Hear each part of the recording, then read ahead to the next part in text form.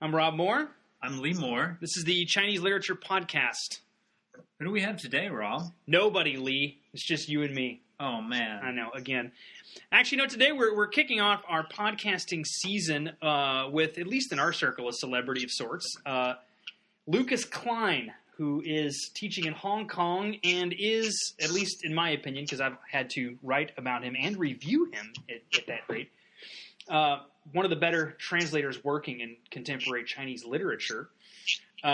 He is, if you do some translation or read about it, he's probably best known for translating Sichuan, who's arguably I think anyway, the greatest living Chinese poet. Wow, that's a high amount of praise from Rob. I am a fan. I'm a huge fan. I'm a fan of Lucas's translations of Sichuan as well. So welcome, Lucas. Thank you. That was a wonderful arc there, going from nobody to being a celebrity in next to no time. That's great. He has a lot of faith in this podcast that he thinks he's a celebrity now. From we'll work on the fees for that introduction. Exactly. We will expect some kind of kickback, future promotions, and all that. Sure. I think you get half of my second million. Sweet. Because the first million I know has just come rolling. And everybody knows once you get into translation and academia, that's where the money is. That's right. That's why I translate poetry, money and power. I figured that's exactly it. So Lucas is actually better known for translating Sichuan, but what we're talking about today is not actually Sichuan. Who are we talking about? We are talking about the poet Mang, and we are dealing specifically with a book of translations put together of Mang's poetry entitled October Dedications. So can we run out to the stores today and purchase a copy of this book? This is a matter of some debate. We'll ask Lucas to comment on that in a second, but the specific information is that the book is being put out in the Jintian series, and in the U.S. you can get it probably through Zephyr Press. It's also being published in conjunction with the Chinese University Press. So if they're looking to purchase the book, Rob, they should go online. Is that correct, Lucas? Yeah, you said Zephyr Press or an online bookstore should have it? I think that's right, yeah. Okay, great. So I'll ask the question then, Lucas, how did you get started with this particular project, given all the other projects you've been working on? That's a great question. I sort of realized that a lot of my projects seem to have just sort of fallen in my lap. I showed up at the right place at the right time, and people recommended me for work that turned out to be really interesting to me. When I moved to Hong Kong in 2010, I found myself in the same city as both Beidao, the renowned Chinese poet, and Chris Madison, a publisher at Zephyr Press, and who at the time was working at Chinese University Press too, sort of double dipping there. They were working on getting their Jintian series in order. I think at that point they'd already had a couple of books published. I think that a book by Yu Jian, translated by Wang Ping and Ron Padgett, was maybe the first thing that had come out. There were some other projects that had already were sort of in publication or at the time or on their way. And Beidao, I met him a handful of times before, but we didn't really get to know each other pretty well until I moved to Hong Kong. And soon after I moved here, he asked me if I wanted to translate a book of poems by Mang, and Beidao and Mang have been friends since the 70s. Mm-hmm. And they were the ones who founded Jintian together. Because of a whole handful of reasons. Beidao is the one who has, more renown, more influence, both internationally and also even within China. But in a lot of ways, the work that the poetry that they were writing in the 1970s, I get the impression that a lot of that was really sort of Mang's attention to language and attention to poetry. And really it was the sense that I get is that in terms of the poetry itself, Mang was really more influential in the 70s than I think he's been given credit for. The next step was that Beidao picked a handful of poems that he recommended for the book, and I translated them. It didn't take too much time. But there were some complications here and there happened. One of the things that happened was that Beidao had a stroke, Wow. So just at the time that I was going to sort of show him some drafts of what I'd done and so on, he had a stroke, and then he was in recovery. And I mean, this is already several years ago. Right. So this is actually a project that's been going on for several years. In the interim, I went back to Beijing. My wife is from Beijing, and so we took a trip back to her home, and I went out to meet up with Mang. Asked him some questions. He gave me some other poems that he'd like to see in the volume. Some of his poems are very short. They're sort of very precise, concise, sort of lyrical statements. Mm-hmm. I find that to be really some of his work that is my favorite in the book are those earlier pieces right there that are sort of defined by that kind of use of language. I hope I'm not sort of giving myself or him sort of a backhanded compliment when I say that is the stuff that at least for me translates pretty readily. Mm-hmm. A couple different drafts of that, looking with appropriate attention to detail. But I can handle that stuff more quickly. So the later work, specifically 没有时间的时间, I believe that time without time is how I translate it. And, longer lines, the imagery is more complex and intricate. The grammar is more intricate. That, of course, takes longer. And, of course, that right there is a 60-page poem. Yes. And so that, of course, is a lot of time to translate, to get right. And, we decided because if we put the whole 60-page poem in the book, that would really tip the scales of the contents of the book in a certain way. Not to include the whole poem.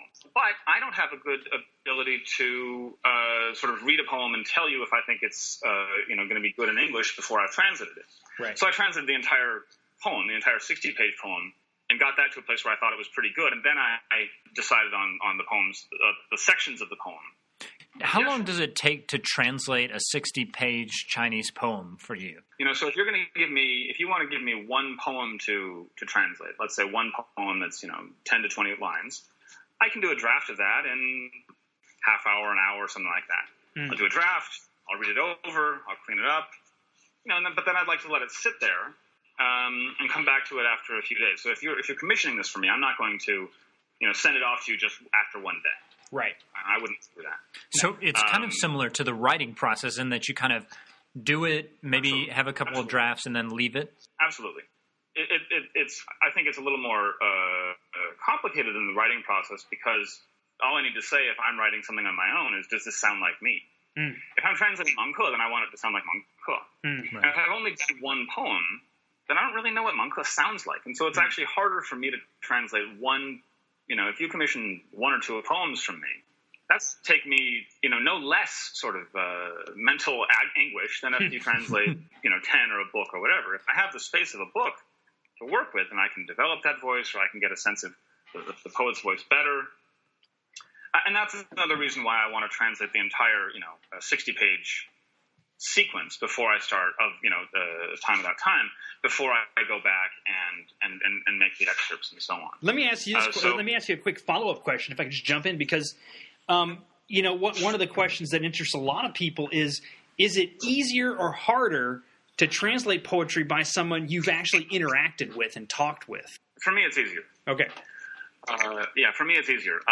If I've met Mang, and I have, then I know his voice. And of course, his spoken voice is not the same as his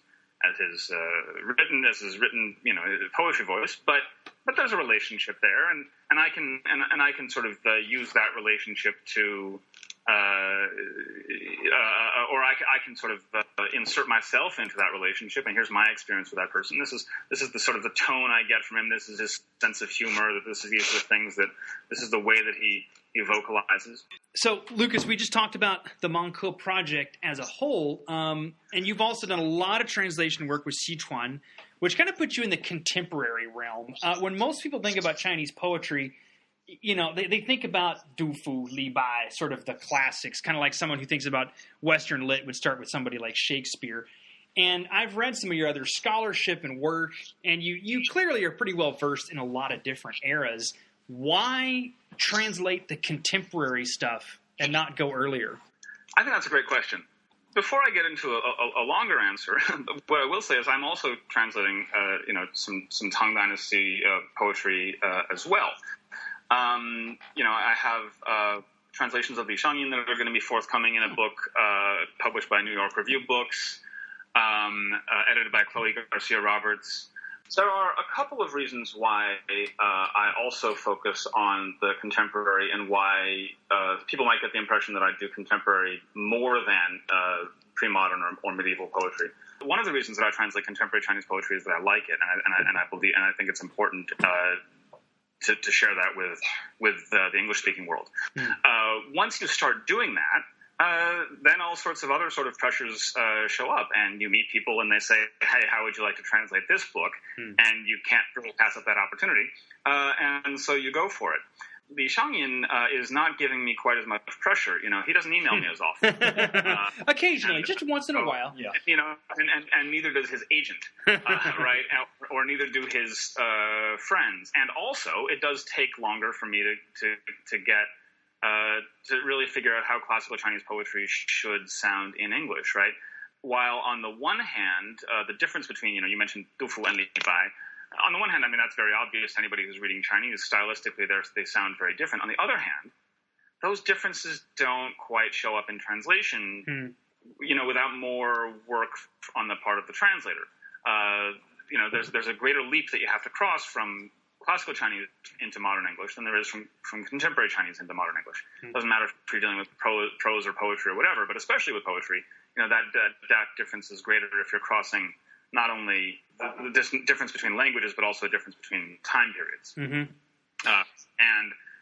These are other reasons that I end up translating a lot of contemporary Chinese poetry as well. Now, alongside of that, until about 1978 or so, which was the year that I was born.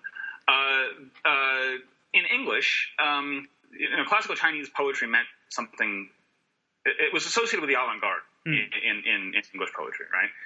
So if you were, Ezra Pound or Kenneth Rexroth or Gary Snyder, that was sort of, people thought of a kind of a somehow in various ways an avant-gardist or of an experimentalist kind of association with classical Chinese poetry. After 1978, roughly 1980, something shifted in the way that people in the English-speaking world anyway were approaching China and Chinese poetry.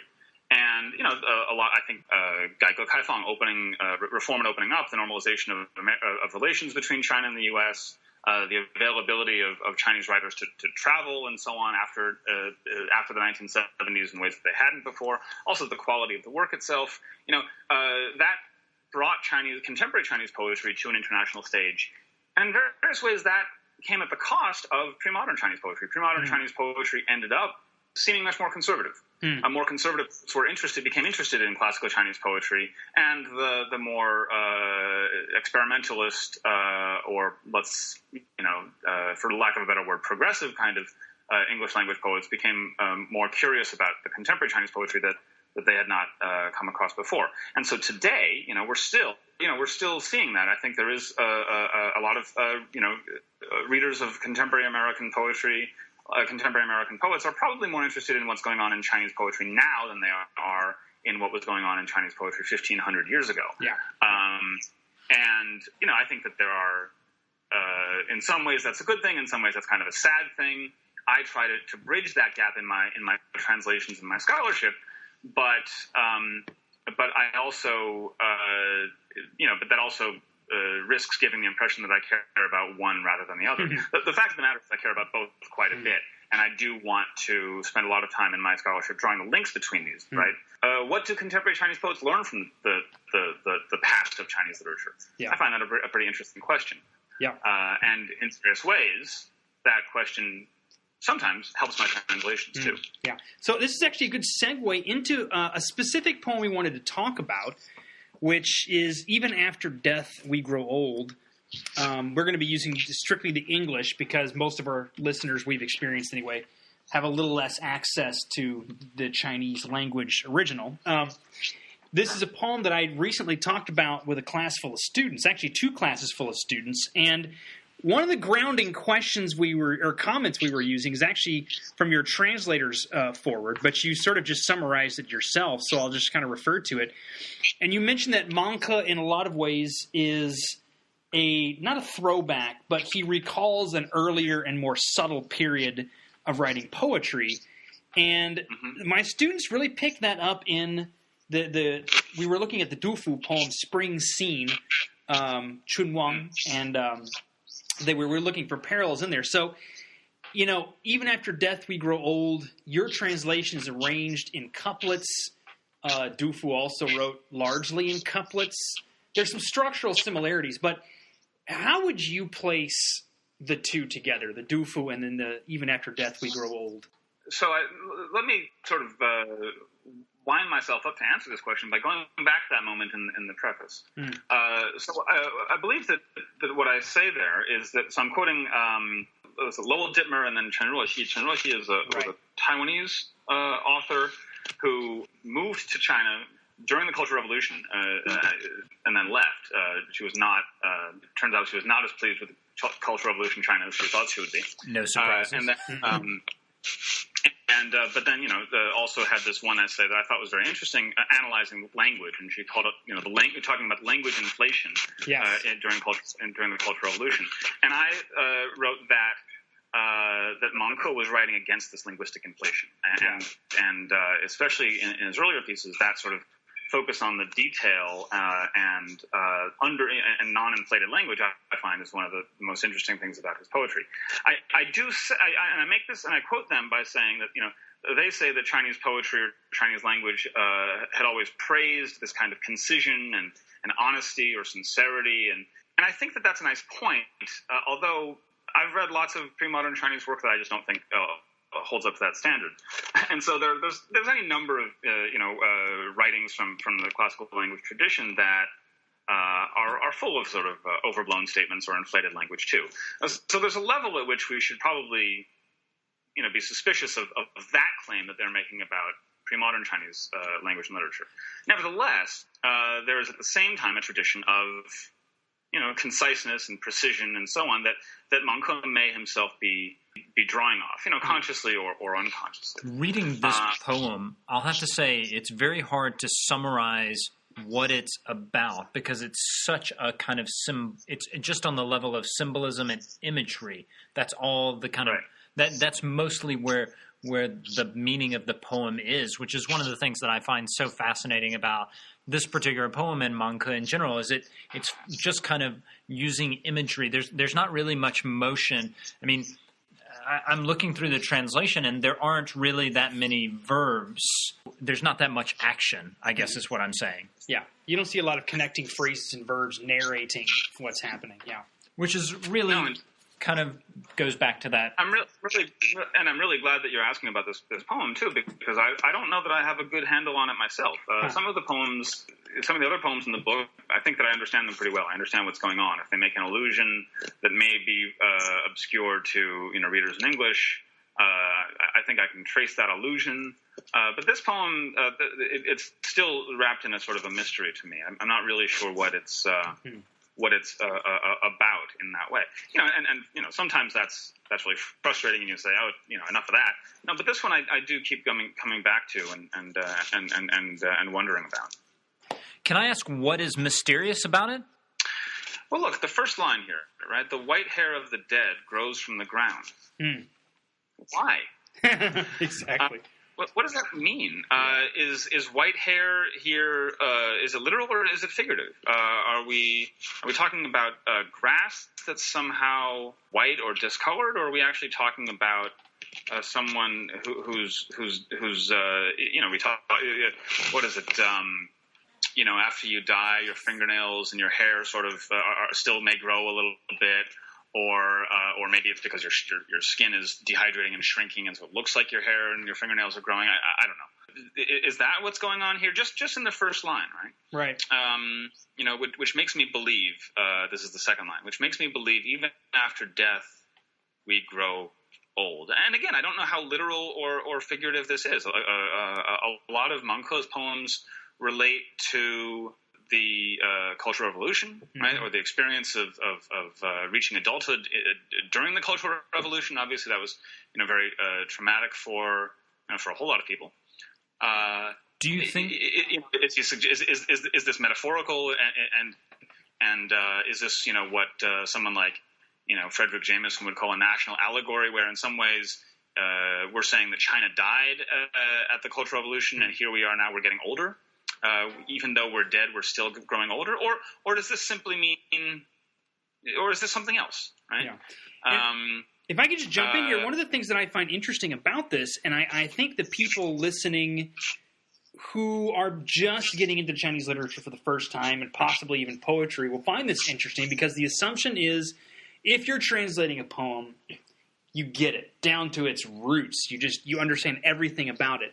So it's got to be interesting, especially for the students I have who are going to be listening to this, to hear even the translator of this poem still grapples with it. And for me, and feel free to respond to this, for me, that's what makes a great poem, is that you can translate and teach it and still not really know exactly what's going on. Oh yeah, absolutely. I completely agree with that. In fact, I'm just not really interested in the poems that I feel like I really understand. Yeah, that's true. Yeah. I mean, if I've read them once and I don't need to read them again, then I'm not going to read them again. Right. Right. Whereas the poems that I don't understand, there's got to be something, right? There's got to be something that hooks you in, that keeps you wanting to try to understand. Right. Can I use that? Everything that I don't understand is great, right? A lot of stuff I don't understand, I've decided is not worth my time. As long as I feel like I'm making a little bit of progress, but maybe not too much. So that's where I sort of feel with that. I wanted to ask you about a specific line that kind of troubled me. So the line in kind of the middle of the poem, we will hear our own footsteps, hear our own feet laughing and worrying. I'm looking at the translation, and it doesn't look difficult, but did you struggle with that as kind of like from either a perspective of translation or a perspective of meaning? The short answer is I don't remember. There's a little bit of an ambiguity here in now that I'm looking at the Chinese, right? We will hear our own footsteps. If you turn the second line around to that couplet, right? Laughing and worrying, hear our own feet. Well, then it implies that we are the ones who are laughing and worrying, and amidst that, we will hear our feet. The way that the Chinese is written, and of course then the way that I've translated this, is to imply that it's the feet themselves that are laughing and worrying, which I think on the one hand is more interesting, but it's also more confusing. Yes. And so that's the kind of thing that if I feel like there's an ambiguity there in the Chinese, I want to bring that out in the English too. And I was telling Lee just before we started, just before we Skyped you actually, that one of the things that's always struck me about Mang in particular is his playfulness with his imagery. He typically will introduce something that is just not difficult to imagine. I mean, a lot of his first lines in his couplets, like here, we will hear our own footsteps. It's quite easy to think of, to visualize. Even another line, another day hatches from its eggshell. Another line that's not too hard to visualize, but then the follow-up troubles it somehow. The day hatches from its eggshell to start pecking for food on the ground. How is that possible? And then with hearing our own footsteps, hear our own feet laughing and worrying. He introduces something that you can visualize and then tweaks it so that you can no longer visualize it. It becomes kind of a language game for me. Mm-hmm. And I find that fascinating. It's just one of the reasons I so enjoy reading Mang. Yeah, I agree. And that playfulness is certainly there in his in his personality, right? And when and that was sort of the one thing that I was struck with when I met him too, is that kind of playfulness. And I think I mentioned this in the introduction to the book too. We could dig into a whole lot more of this collection because there's just so much there. We're sort of reaching the limit of our podcast. Do you have any final comments you want to throw out there? I'm glad to see this. I'm glad to see that the work is finally in print. I'm glad to see that the Manko book is going to be part of this Jintian series. I'm glad that this Jintian series exists. For a long time, all that was available, despite the fact that I said that there was this attention to contemporary Chinese poetry,